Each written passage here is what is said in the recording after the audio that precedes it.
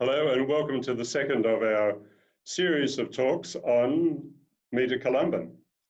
Once again, we have Father Dan Harding, who is willing to talk to us this evening, just as he did last week. But before we start that, I just want to encourage you to continue to send in questions and comments, and we'll try to get them answered to Father Dan during this short period of time that we have. So welcome, Father Dan. Thank you, Trevor. Thank you. So I'm pleased that you're here because you're locked down, I believe, here in Essendon. Can you tell me how that happened? Yes, that's right, Trevor. I came back to Australia from Chile in January for a holiday, Right. family, friends and Columbans. But due to COVID-19, I cannot return to Chile for the moment. So I'm here with 13 other Columbans at our Essendon house. So the problem is what, you can't get out of Australia, is it? Is that, or you can't get into Chile, or what's the problem? Both. Oh, right. Oh, okay. Yeah, yes. Flights to Chile are greatly cut back, and you have to get permission to leave Australia as well. Oh, okay. All right. And so what's it been like for you? You know, I mean, I presume that your companions here in Essendon are all very friendly, but what's it been like for you over the since January? That's a long time. Yes. Well, I feel very lucky to be here. You know, there's good company. I feel very privileged, actually. Yeah. Concerned about the situation here in Melbourne, like everybody else. But right. At the same time, I feel very privileged and happy. It's a good place to be in lockdown, shall we say. Right. But from what I've seen of you around the place, you have been staying in touch with what's happening in Chile, in Santiago, and in the parish of San Columbano. Yes, I spend really maybe 4 to 5 hours every day on WhatsApp. We have many different WhatsApp parish groups. So I actually, it's almost as if I were in Chile in a face-to-face video contact with the other two priests, quite a few parishioners, decisions being made. So it's very important to have that contact. Yeah. So what's it like? I mean, you mentioned like you're in touch with the other priests there. What's it like for them? I mean, are they out carrying on with the regular ministry, or what are they doing? No, well, in Chile, it's the 15th week of lockdown in Santiago. Oh, wow. Okay. It's quite a severe, strict lockdown. It's also midwinter. Temperature's getting down below zero at the moment, which affects also COVID-19, of course. Right. We believe. That it makes it more dangerous or something? Is that what you're saying? It sort of thrives a bit more in the cold? I'm not sure, to be honest, about that, but I do know that the needs of the people for warm clothing, warmth, food, particularly with the high unemployment rate at the moment, right, much more urgent than usual. So, but can I come back to the question of the priests? What are they doing? Are they also locked up, or can they move around in the parish? Or you can get special permission. Everyone in Chile has on their phone. They can ask for permission to go out twice a week. Okay. For special cases for a few hours, you have to get that permission and show that if the police pull you up. They're out helping in our soup kitchen. They're out delivering food parcels, gas bottles for people to cook. Right, right. They're very busy, actually, as much as they can as possible. And like, are they doing it with themselves, or I mean, can you give us a picture of what's happening with who else? I presume they're working with some lay people, or? Yes, they're working with a lady called Marcella, who's the head of the soup kitchen, one of the parish catechists and leaders in the parish. Right. Gathering food, visiting families in need, but also going to the markets and asking for donations of food and working in the soup kitchen, cooking and serving people as well. So can you tell me a bit more about the soup kitchen? I mean, Yes. Is this something that you've been doing for a long time, or is it something that you had to sort of set up, or what? We've always had some form of different form of soup kitchen for many years, but this is totally new due to the crisis, the COVID crisis. Right.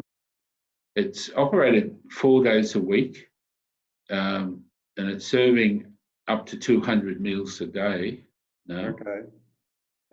There's donations from the local area, from the local markets, from the local municipal area, from the Columbans, and wealthy parishes in wealthy areas also collect money to support the soup kitchen. Right. Okay. But we have a whole big program of visiting families that need food, delivering food, delivering warm clothing. Well, you said, I think you said last week that it's a poor part of Santiago, so there must be a lot of people who are in need. Yes, there's a high unemployment. There's always unemployment, but now it's much higher than usual. So there is hunger in the area. And go on, sorry. There's fear. A lot of people know if they catch COVID-19, there's a good chance they might die because the hospitals are collapsed, overrun, shall we say. And many people are sent home. And so there's what do you mean they're sent home? Well, they can't be attended in the hospital. There's no bed for them. Oh, okay. So they go home, and there's the danger of infecting other people as well. Right. So I heard you talking about how dangerous it is in Chile, like how widespread the infection rate is. What's your understanding of the situation there in comparison to other countries? Well, just last night on SBS News, I heard them say that Chile is the 5th worst country in the world per capita in terms of infections. And it's increasing. The curve is going up higher and higher every day. And like, is there any explanation for that? I mean, didn't they close down too tightly, or weren't they able to lock down, or what do you think is the reason for the high rate? Well, most families live in big family groups, many generations. It's practically impossible to social isolate in a very tiny house or apartment with 10 to 15 people living there. Really? Yes, all different generations, one toilet, one shower. When you say different generations, what do you mean? Like the grandparents and grandparents, relatives who might have a disability, a whole range of in-laws, nowhere to live. People are taken in. Even sometimes people take homeless people into I know families who adopt homeless people as well. Oh, right. Okay. Live with them, and they're already overcrowded. So do you know people who have died of this coronavirus, or people in your parish? Yes, there are quite a few who have died. At this stage, mainly elderly people. Right, okay. Though there are a lot of infections there with younger people as well, but we've had quite a few die. Many of them did have pre-existing conditions, which the healthcare isn't, unless you've got a fair bit of money, the healthcare isn't the best. Right, okay. For people, so that's fairly desperate for people. Yeah, they must feel rather, as you said, fear. You mentioned fear. And then the hunger is the other thing, of getting something to eat. Yeah. Fear of dying, COVID, and fear of the whole collapse of the economy, of hunger, which is, and falling into poverty, to live in shanty towns. That's a great fear. Right. One of the questions that we got in, Dan, from after the last session that we had was from Liz Kelly, whom I should give a little shout out to, from Sandgate Brighton Parish. But she was asking the question about courses that the lay people do and how to sort of, help the people who are volunteering in the parish. From what you were talking about last week, that seemed to be a big part of keeping the parish alive and vital. Can you give us a bit more detail about that? I mean, I think she was asking, what sort of courses are people doing? Can you just remind me again, like it's over the summer, they go for, is it a couple of weeks, or is it every night for 2 or 3 hours? Can you just fill us in a bit again? Yes, the main course is in January for 2 weeks, from 7 till 10 p.m. every night, Monday to Friday, 2 weeks. There are smaller courses during the year as well, and also we have courses run in the parish. But there's a very strong spirit amongst the laity of doing courses. We want to do courses, we want to participate, and they get a lot out of the courses. Okay. A tremendous amount. We have about 150 people in January who go at night to the summer school. Oh, okay. Just from our parish alone. Right. So that shows a lot of enthusiasm. So what sort of things are they studying? What are they looking at? The courses are very broad, very wide range, to do with parish life, Christian life. There's a lot of courses on personal relationships, maturity, personal development, human development. There's a lot of courses on pastoral responses, how the parish can respond. To what? Prisons, drug addicts, alcoholics. Oh, okay. People with addictions, migrants, sexual diversity, youth, how the parish can reach out to a whole range of different groups. Okay.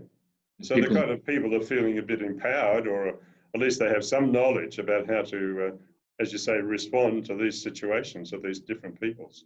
And usually out of having done a couple of those courses, we can then form a parish ministry in those particular areas. Right. There's also a whole range of a lot of courses on scripture, liturgy, theology, of course, prayer, social justice areas, Laudato Si, how parishes can implement, work towards Laudato Si, ecological vision. Okay. So, sorry, you mentioned, I think last week, how many courses do they do, like in the summer course? Was it something like, there was hundreds, wasn't there? Or did I get that wrong? There's 8 different summer schools across the Archdiocese. Right. Ours offers around 60 courses. Okay. Others 30, others more. Right, okay. Depends on the teachers that they can get. Right. For those courses and the number of participants as well. They're strictly evaluated at the end as well. Really? Yeah. Yes. Oh. You mentioned sexual diversity. It reminded me, I mean, here, as you know, in Australia, we had a lot of trouble with like the sexual abuse, the Royal Commission inquiry and all of that. And, a lot of priests, a lot of people, church people have been involved in all of this terrible disaster, really. How about Chile? What's the situation in Chile? Chile's had a bad record. Really? Chile Catholic Church. There have been many cases. Okay. Clergy sex abuse of minors. Right. And cover up by some bishops. Right. It's been brought out into the open. There's a lot of newspapers, TV programs. Right.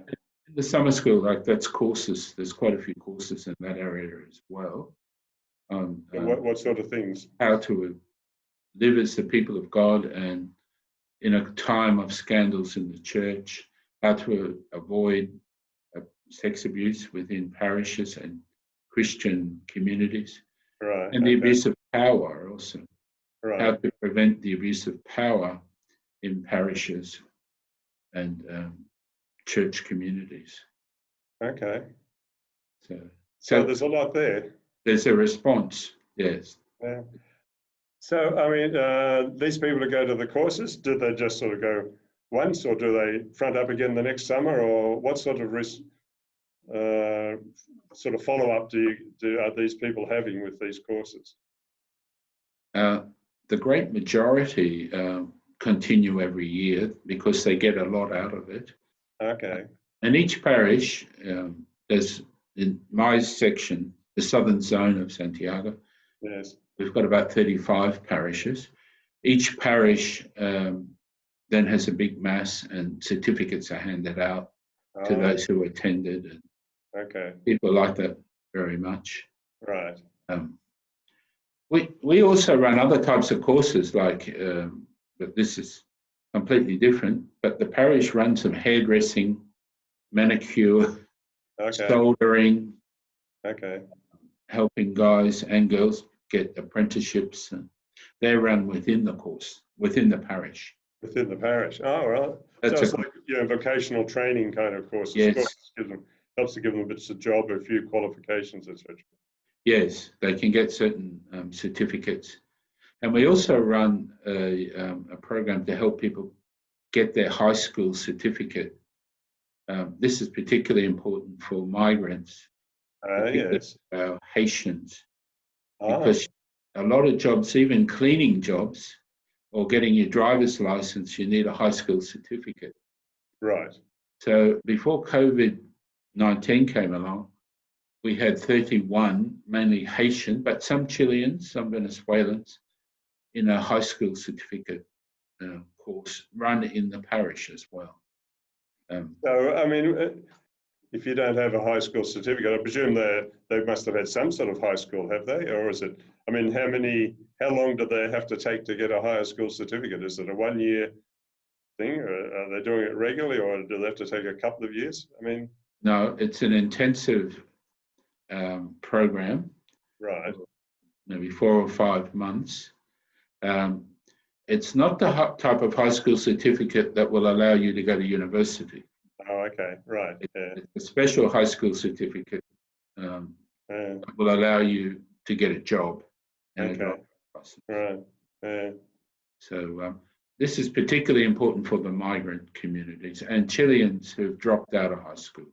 Right. Who are looking to get on. So a very necessary kind of help, huh? Which is great. Yeah. Yes. So I'm just thinking that, to sustain all this is going to cost a bit of money, and I'm thinking that the donors that we have here in Australia and New Zealand, their money has been put to good use by the sound of things, by those sorts of courses. Oh yes, absolutely. We also have one of our church communities. We offer professional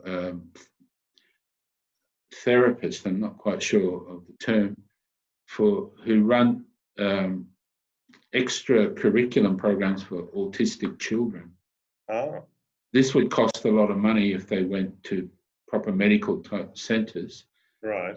But we have professional people, 3 women who are qualified, who give this extra help as well. We charge no rent, so that makes it possible, and they charge a very low fee. Right. And there's about 40 children. They come from all over the southern part of Santiago. Oh, wow. For extra stimulation. Right. Autistic children. That's also in the parish. Yeah, that would be people with real needs. So yes, you're a great reach out to all sorts of people, indeed. Yeah.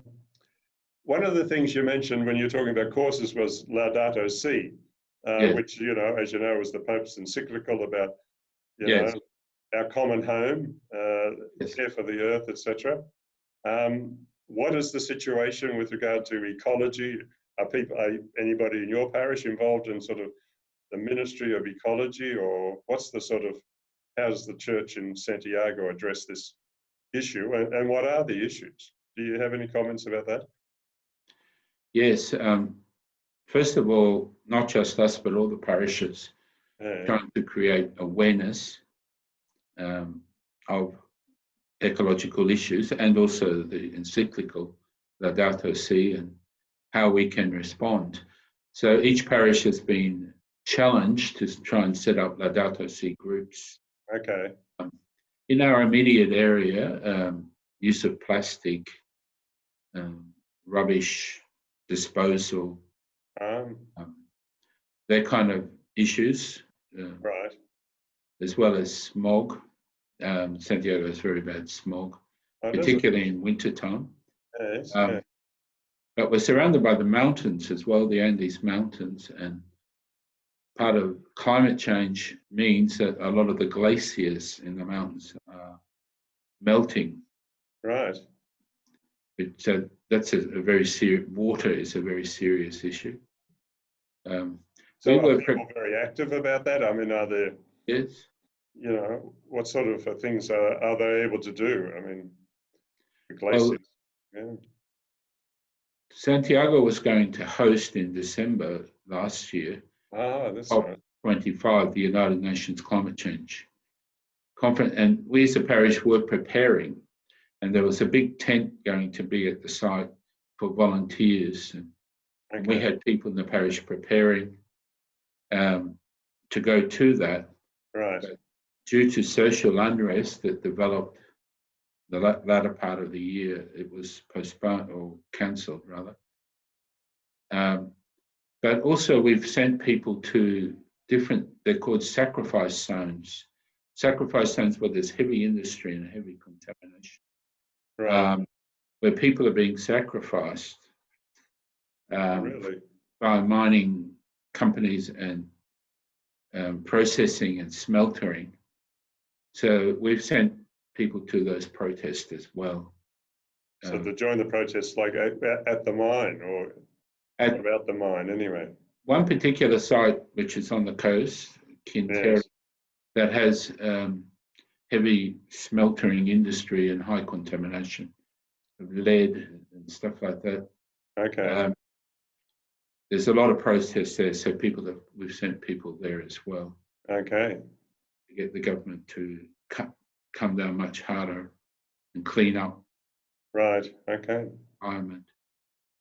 So, yeah, that's important for us. But we also have in each chapel that we're trying to develop awareness of saving rainwater through water tanks, recycling, a whole range of other issues. Okay. Compost, gardening, teaching that as part of everything.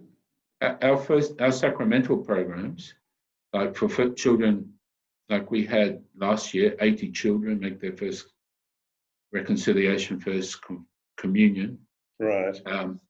Part of that has a Laudato Si component. Oh, right. Okay. It also has a component about prevention of drugs, drug addiction and alcohol. And it also has another component where the children go with their parents to visit a shanty town. People are much, much poorer than they are. Right. Okay. And to spend the day with the children there playing games and cooking together and doing activities together to recognize. That's part of the First Communion program. Social awareness. Okay. So the sacraments connecting it to real life. It sounds great, really. Yes. Dan, we don't have a lot of time, but you're talking about social unrest. You mentioned the social unrest at the end of last year. Yes. What was that about? Can you just give us a bit of a picture, and did it touch your parish? Yes. Chile, like many countries in the world, and South America also, there's quite big divisions between rich and poor. Yes. Or richer and poorer. There has been some improvements and a lot of improvement infrastructure, but still the gap is quite wide. Right. Particularly in terms of health care and education, which have privatized years ago in the dictatorship. So people kind of fed up and just exploded, started protesting angrily that they want a change in the economic model. Right. They want multinationals to pay more tax and have stricter conditions. They want a lot of changes, Yes, yes. more opportunities available, better educational opportunities. Sadly, there were some elements, criminal drug dealing elements, that took Right. advantage in poorer areas. Okay. A lot of looting, burning, and destruction. Oh dear. That doesn't take away from the genuine need for change. Yeah. But that's also been an element. When you talk about that, it always reminds me of, like, Pope Francis often talks about as mission as being messy. You know, he talks about the church as being this field hospital, you know, so that he's realizing, you know, that mission really is a messy business. And so nothing's ever pure, you know, as you said, different movements get taken over by other groups, and, you know, people have mixed motivation, etc. So, Dan, I think we're just about come to the end of our session. Okay. I just want to say thank you very much for your generosity, and you know, we admire your missionary work and missionary passion, really, you know, and your use of WhatsApp. Right. I'm sure that the people in the parish are delighted to have sort of regular contact with yourself. So, thank you very much for sharing what you're doing with us. Thank you, Trevor. I've been very happy to do it. Thank you. Bye-bye. Bye-bye.